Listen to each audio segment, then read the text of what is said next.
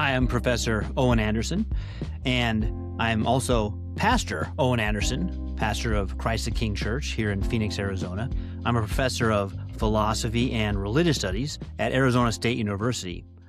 While I'm talking today, I want to look today at my map that I'm making. I'm also a map maker. Did you know that? I'm making a conceptual map of what I'm calling the Great Apostasy of the West. And in my previous podcast, it was on, I think, only on Spotify and Apple. I didn't do a video version. This one has both just audio, but also a video version on YouTube. And what I did on there was I kind of talked to you a little bit about what is my project, just introducing the idea of the Great Apostasy and why it's so remarkable that the West is at the place it's at. I mean, we look around them and Christians say, hey, can we be hopeful? Is there a revival going? At the same time, the fact that we need a revival so badly, the fact that we're longing to see the work of the Spirit directing people to Christ as their Savior, is because of how bad it is. We're not just living in a world with what I call a lot of Star Trek atheists.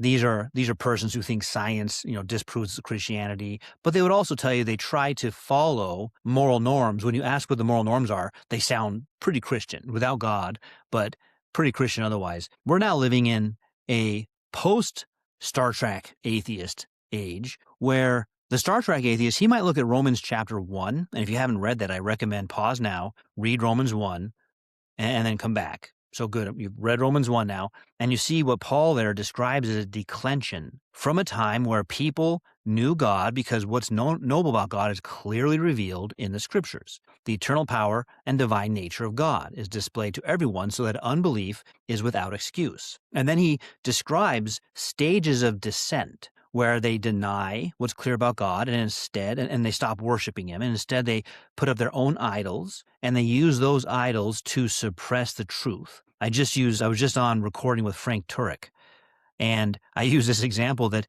the way suppression of the truth works is you take down the 10 Commandments and put up the LGBTQ flag.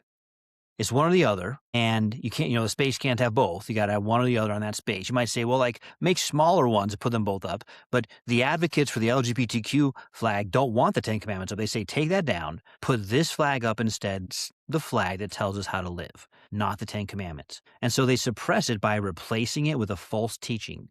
And then Paul describes a whole bunch of really terrible sexual sins and a vicious character that comes out of that way of living. So Romans chapter 1 is kind of the pattern that you'll see. You'll see this throughout other times of history, but I think it fits what happened to the West. So we're at the last stage towards the end of that chapter where people love what is evil and they love to teach others to do the same thing. And they want that to replace. They don't want Christianity taught at all. They object to it tooth and nail, nothing from the Christian religion. It's oppressive, hateful. So the question is, how did we get here? That's the Great Apostasy. We go from the Reformation. I'm looking at this 500-year period. We go from the Reformation to this. What happened? The Star Trek atheist, he would say, look, Paul is wrong. We can reject the glory of God. And sure, we have whatever you Christians call, we have our idols, whatever. We have whatever you call that. But we stop there. We don't keep going in the chapter. But the current atheist says, Paul is right. But it's not a descent. That's the point he's wrong about. We're ascending to Sodom. We've been progressing since the 1800s, and we're so close to the end, we can't wait to live in Sodom. And so the Star Trek atheist would say, no, I don't. That's just silly. I don't want that. But the current atheist, in one sense, say, well, good. At least they're honest. I know, but their honesty about how vicious that they want to be towards Christians. So the Great Apostasy in the history of the world, up to this point, I don't know what's going to come next, but up to this point, this is a startling thing. How did it happen? So I thought, look, I'm going to make a map. I like this kind of visual layout myself. It helps me see things. And the thing about this is it's a little different than, reading this is a little different than reading a book. And I'll try to post a picture in the comments for the audio podcast. But for you watching on YouTube, you see it up there on the screen. But this is something where, I'm going to introduce it to you, but then you should sit down and just look at it, because the whole point of this is this contains like a couple chapters of a book worth of information, but in just a two-dimensional format. You're not flipping through pages three-dimensionally. You're just staring at this, but spend some time to try to see, okay, how is this organized? what is the mind of Owen doing here? How did he organize this stuff? What does this mean? And I'll kind of walk you through a little bit of it, but I want to spend more than one time on this because there's quite a lot here and I'm still editing it. So you might, you can feel free to, post a comment and say, hey, I think you should change this part, or what about this thing you should add? But at the top, I simply described the Great Apostasy. What is it? How did we get here?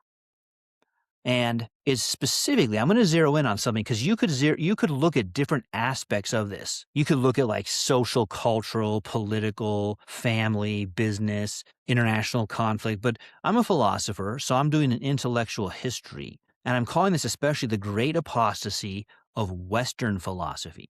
Or you could even call it the return of Western philosophy to its roots, because we don't want to be ignorant about what philosophy originated out of in the pagan world. So you have here a genealogy of philosophy from the Reformation, where it was still held in high regard. It was the handmaiden to theology, and theology is the queen of the sciences. But philosophy's right there directing you to the scriptures, just like Paul did in Athens.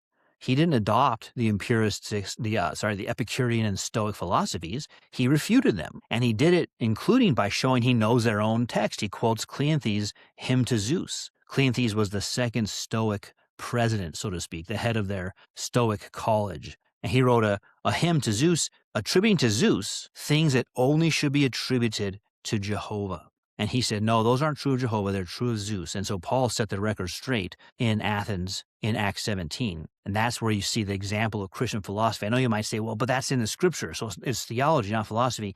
Yes, it's inspired scripture, true, of how to do philosophy. So in other words, this is what you should look like when you do Christian philosophy. Now, because Paul appeals to creation and to the creator. So this is the great apostasy of Western philosophy after the Reformation. So the Reformation time has philosophy up there. It's doing natural theology. It's, in other words, general revelation. It's showing what's clear about God. It's pointing to scripture, our need for redemptive revelation.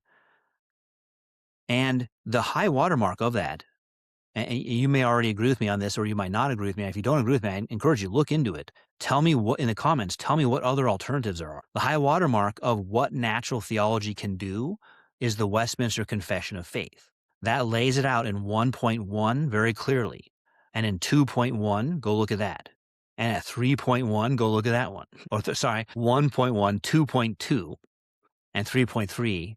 Because then the next three is the number one, 4.1, 5.1, 6.1. All those first 6 chapters lay out the clarity of God's existence and the focus on the glory of God, called the doxological focus of the Westminster Standards. And they're known for that. When Benjamin Warfield compared the Westminster Shorter Catechism and the Heidelberg Catechism, that's what he pointed out about Westminster, was its doxological focus. So that's the high watermark of Christian statements about what general revelation shows us about God.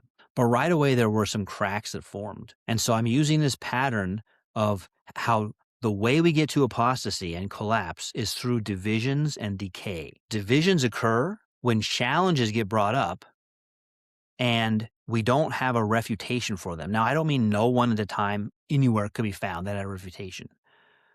But the culture doesn't sufficiently refute that division. It imbibes that division.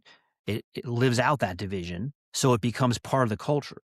You just live with the fact that there's Presbyterians and there's Church of England. They couldn't resolve their differences. And so they just live side by side. And those kinds of divisions increase and continue, which causes decay because you're fighting against each other. Even if I don't mean always as a hot war, there was the English Civil War at the time, but you're also fighting you're losing cultural energy, debating each other rather than looking outward to spread the gospel.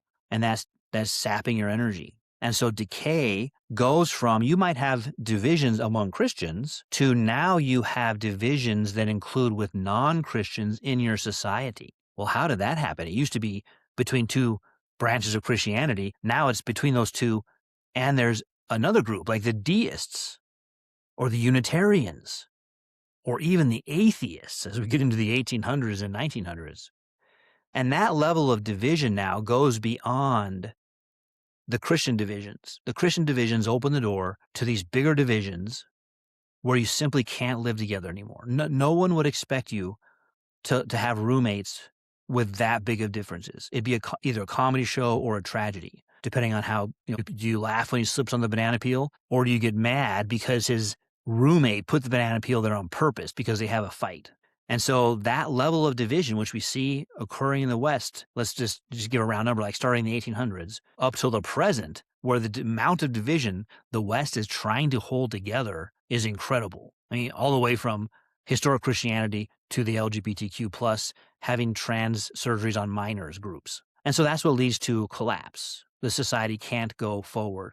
It doesn't have a unifying message anymore, going back to those first divisions. So that's our time limit for today's podcast. But next time I want to look at and go back to the foundational questions that are behind any philosophical school, and then look at how philosophy started with those. Like what was Plato doing? What was Aristotle doing? So when philosophers come along in the Reformation, are they accepting Plato and Aristotle, or are they rejecting him? Because the medievals accepted him. So my map here goes over that history. I hope you like it. I mean, there's a lot of information here. I think it's pretty interesting. I made it, and I enjoy just sitting down and looking at it. So thanks for joining me here. Professor Owen Anderson. Talk to you next time.